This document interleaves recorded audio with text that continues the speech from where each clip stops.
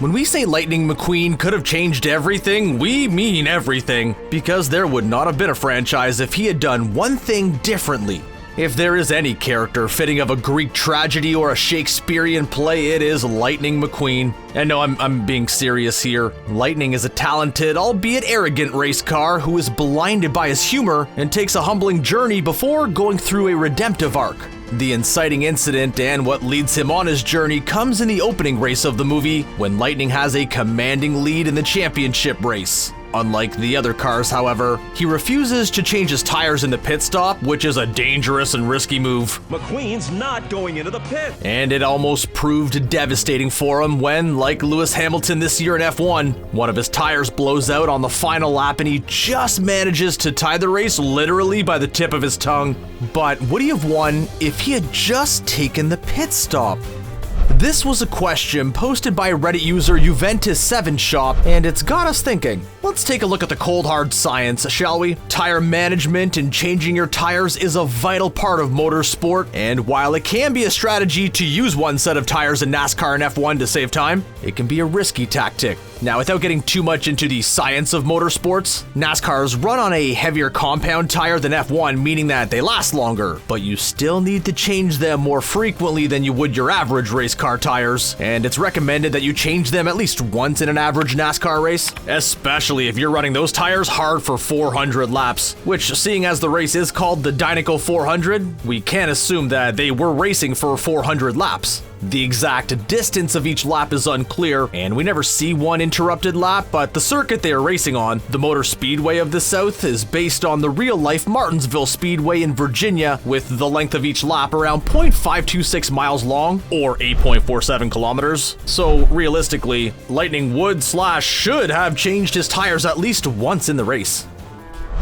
But the question has never been should he have changed his tires, but is would he have won if he changed his tires? Let's go with the notion for a second that it wasn't just Lightning's arrogance or lack of faith in his team that stopped him from changing his tires, but instead a tactical choice where he didn't want to lose time. But how much time exactly would he have lost in the pits? Now again, this is where F1 and NASCAR are very different. An average pit stop in F1 to change all tires is just around 3 seconds, but the key difference is they are not refueling. In NASCAR, an average pit stop is around 13 to 15 seconds to change tires and refuel, so about 5 times the length of an F1 pit stop, not taking into account the time in the pit lane. We can assume that the pit stops in the movie are roughly the same, as Chick has a relatively long pit stop at 16 seconds and becomes aggravated by this. As we said though, this time includes refueling. The very best NASCAR tires can have their tires changed in around 4 seconds, meaning that it actually takes longer for the cars to fully refuel than it does to change the tires. Although that being said,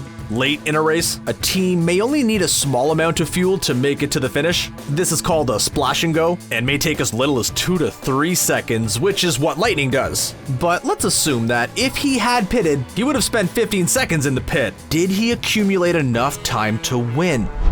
Well, this is the truly complicated part. Lightning's lead was so significant that he had almost lapped the tail end of his opponents, but as we said, we're not 100% sure how long a lap actually is. If we were to relate it to the Martinsville Speedway lap, the average time is just under 20 seconds at around 18.7 seconds. But where are Lightning's closest competitors, the King and Chick, in relation to Lightning and the back of the pack? Well, thankfully, Juventus7Shop has done my homework for me here, breaking down the action and the locations of each car, the white car to the purple car, and from the purple car to the King. There is roughly a 5-second gap between Lightning and the King. This means then that Lightning is just under 5 seconds from lapping the King. Now, with the lap time being around 18 to 20 seconds, if we take the 5 seconds of the 18 to 20 second ballpark, we get a distance of 13 to 15 seconds, which, as we just mentioned, is the average time of a pit stop. This means that if Lightning had done a full pit stop and changed his tires, it would have depended on how quick the stop was. If it was 13 seconds, he would probably be just ahead of the King and Chick. If it had been 15 seconds, he probably would have been just behind, unless he can use that good old tongue trick again. But seeing as he already had a splash and go pit stop where he used up 2 to 3 seconds, if we take that off the overall pit stop time, he would have probably just been ahead of his competitors and would have won the race, meaning his humbling journey never would have happened.